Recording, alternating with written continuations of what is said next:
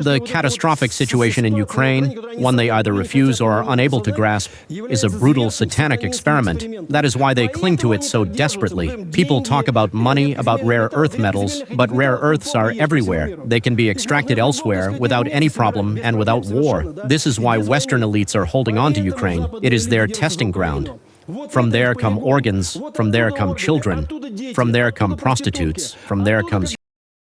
This is the sacrifice they are making, and Zelensky is not there by accident. Well, the world is busy digesting the Epstein files and the uncomfortable truth about powerful elites.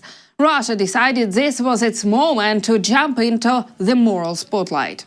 Yes, the same Russia that has killed thousands of Ukrainians, including children, and forcibly deported others, now wants to lecture humanity about ethics. Apparently, nothing says moral authority like war crimes, mass graves, and kidnapped civilians. But when reality is this ugly, the only option left is pretending to be the conscience of the world, preferably on state TV, with a straight face. New week, new Russian nonsense. I'm Sofia, and this is Spin Snipers, where we tear apart Kremlin drama and serve up the brutal facts fast.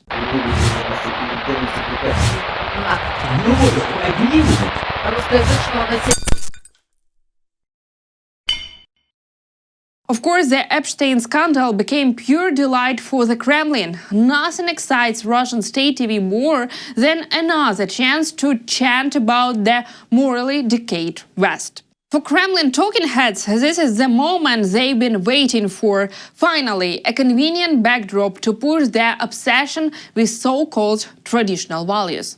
And they didn't stop there. Russia has now gone so far as to claim that its nation is some kind of moral force for good. Which is impressive considering this force for good currently comes with missiles, mass graves, and kidnapped children.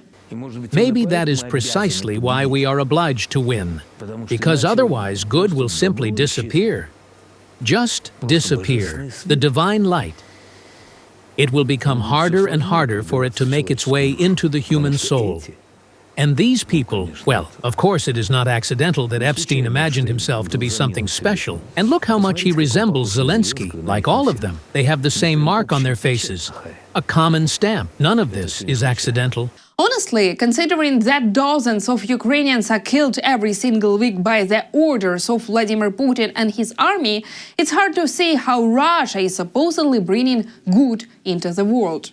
Quite the opposite, actually. If these are Russia's moral principles, domestic violence decriminalized, priests blessing missiles, children taught to report their own parents, and war presented as virtue, then exporting those values beyond Russia's borders is terrible news for the planet. And against the backdrop of the Epstein files, Russian propagandists have been especially eager to lecture the Western elite, as if moral collapse is something Moscow suddenly discovered rather than something it's been institutionalizing for years. The modern Western elite, in my view, are people who have consciously chosen the worship of evil as a worldview and as a way of life.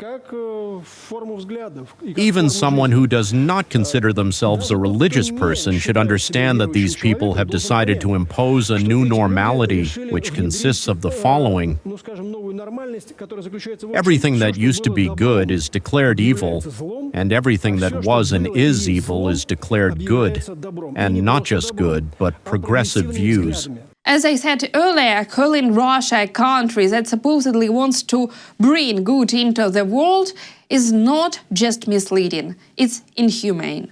The Epstein files, however, have turned out to be extremely useful for the Kremlin, not only to attack the West, but to quietly justify dictatorship at home. And here is an honest question. Are we really sure Russia does not have its own Epstein? Or maybe the reason there is no Russian Epstein has nothing to do with purity and everything to do with the system itself. No independent media, no public trials for elites, no access to archives or records, no protection for victims. In a system like that, scandals don't explode, they're buried. Because for an Epstein case to exist, you first need to allow the word case. So yes, according to Kremlin logic, a man who sees total power, manipulates his population, and treats citizens as disposable assets is apparently doing all of this to protect them from the terrible West. How comforting and how very convenient. Democracy in this sense, you mentioned democracy, elections. In this case, democracy was the mechanism through which, by luring people with the possibility of free elections, these very anti-values were promoted. We were told, and we all remember this perfectly well, that if you want democracy, then what comes next is a long, long train of wagons filled with outright. We say we are talking about elections, and they tell us, no, elections are great, but you will have no democracy unless you accept all this stinking. Kremlin propagandists mock democracy as something corrupt, while deliberately twisting what it actually is: freedom, choice, and equality before the law. They portray it as a foreign package of anti-values, even though democracy does not impose ideology. It allows people to choose, criticize, and change power. The irony is obvious. A country without free elections and ruled by a leader for life is trying to convince the world that democracy is a scam. It's not analysis, it's fear of losing control. Everything we have been saying in this studio for years is true. That this war is absolutely value-based in nature. That by its very essence, it is sacred for our people. That we are fighting not just evil, but something, well, something that is even difficult to define. Some kind of chthonic force, as liberals like to say. And when you look at all of this, you begin to understand that conspiracy theories are not conspiracy theories at all. So that's it, officially. This is no longer a war, it's now a so-called holy mission against evil. Cue the dramatic organ music and rolling credits. Facts? None. Clear goals? None. But plenty of mysticism, conspiracy theories, and the strong feeling that what's happening in the studio is less a political talk show and more a fantasy series. When you can't explain why you're killing people and leveling cities, calling it a battle against absolute evil is incredibly convenient. No need to verify anything, no room for doubt, and thinking is strongly discouraged. And right on cue, Russian propagandists turned their fire back on Europe, this time reading the Epstein files. Vladimir Solovyov even went as far as cynically insulting Kaja Kallas, hinting at her alleged involvement as a victim. That's where Russian moral authority is now. Weaponizing abuse allegations to attack political opponents. Classy, as always. Europeans simply don't understand anything. They keep going on with their nonsense about Russia, but it's not even interesting to listen to them anymore. I mean, who even cares now what Kaja Kallas says? The real question is different. Did Kaja Kallas take part in those parties? No, she was too young. Wait a second. That's exactly it. She was of a child's age at the time. And of course, it doesn't stop with Kaja Kallas. Kremlin mouthpieces are now coming for pretty much everyone in Europe. NATO Secretary General Mark Rutte, who dared to visit Kyiv, has become the latest target of Russian propaganda. Predictably, they tried to loosely drag him into the Epstein narrative too, along with a mix of baseless insinuations. And as always, once the smear campaign runs out of logic, it slides straight into threats. The Kremlin playbook has not changed, only the targets do. I have two questions for you. First, have you been to Epstein's island? I have a simple question for you.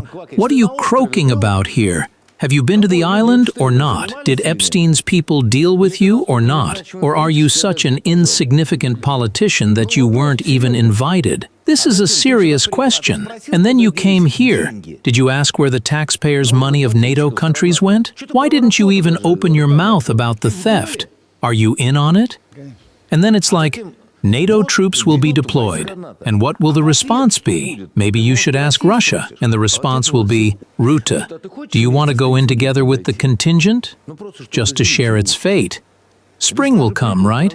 And flowers will grow on your grave. By the way, during his visit to Kyiv, Rutte didn't give a straight answer on whether there is any agreement to deploy Western troops to Ukraine as part of security guarantees. And that alone is already driving Moscow insane.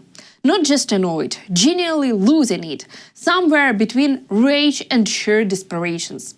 And right on cue, as always in moments like this, the Kremlin rolls out its favorite prop, nuclear saber rattling, because when you have no leverage left, you threaten the apocalypse. As for those statements about the so-called coalition of the willing, deploying its contingents and almost going to war with Russia with Ukraine's support if something happens, you know I am absolutely convinced, my intuition rarely fails me, that any NATO contingent, French, British, German, Dutch, or any other, that enters the territory of Ukraine would not simply be a target for a first strike. For them, even a tactical nuclear charge would not be spared. A demonstrative, harsh reaction by Russia. That is what we need in order to put this crazed crowd back in its place. Let's be honest, all these messages are designed to scare Western voters to make sure Europeans never support the idea of deploying even a few hundred troops to Ukraine. Fear is the point, panic is a strategy. But here is a question worth thinking about. Why is Russia so aggressively opposed to this if, as they endlessly claim, they have no intention of fighting Ukraine again? The obvious answer is trust, or rather the complete lack of it. Moscow has a long track of records of breaking promises, violating agreements, and using any ceasefire not as a peace, but as a pause to regroup and rearm. Ironically, Russian state TV insists they are the ones who respect agreements, which is a bold claim coming from a country that violated the Budapest Memorandum, Minsk I, Minsk II, and pretty much every promise it ever signed with Ukraine. Russia, you know, is still different in this regard, whether rightly or wrongly, I'm not ready to interpret. But Russia differs in that it honors the commitments it has undertaken, as it did before, and as it does now. These are very important things. And when our president says that he is ready to continue dialogue with Zelensky, an extremely unpleasant character, but if he comes here, nothing will happen to him. He can come, present his point of view. If this is the key issue, then please. Yeah, Zelensky is not going anywhere. At most, he might get a gift in the form of Novichok or outright destruction, just as Solovyov and other propagandists keep suggesting. As for Russia honoring agreements, no need to comment from Budapest Memorandum to the so-called energy ceasefires. It's been broken promises all the way. But here is one thing Russia doesn't break. Its relentless desire to fully seize Ukraine. That much, at least, is consistent. On Ukraine, I will say it again. Last night there was yet another strike on critical infrastructure facilities of the Zelensky regime. This is a correct, clear retaliatory response. Strikes of retribution must continue fully until the moment when Zelensky falls to his knees, or he himself, or someone acting on his behalf, signs peace on Russia's terms. History leaves us no other chance to end this conflict in precisely this way, so that the program objectives of the special military operation are fulfilled in full. In other words, Russia has not changed from its maximalist stance, which means the Western public needs to unite and actively support Ukraine. Because if they don't, this war could very well reach their own soil. That's it for today. While the Russian propaganda machine keeps running, we'll keep exposing their lies. I'm Sofia, and this was Spin Snipers. Stay alert, stay skeptical, and don't fall for their spin.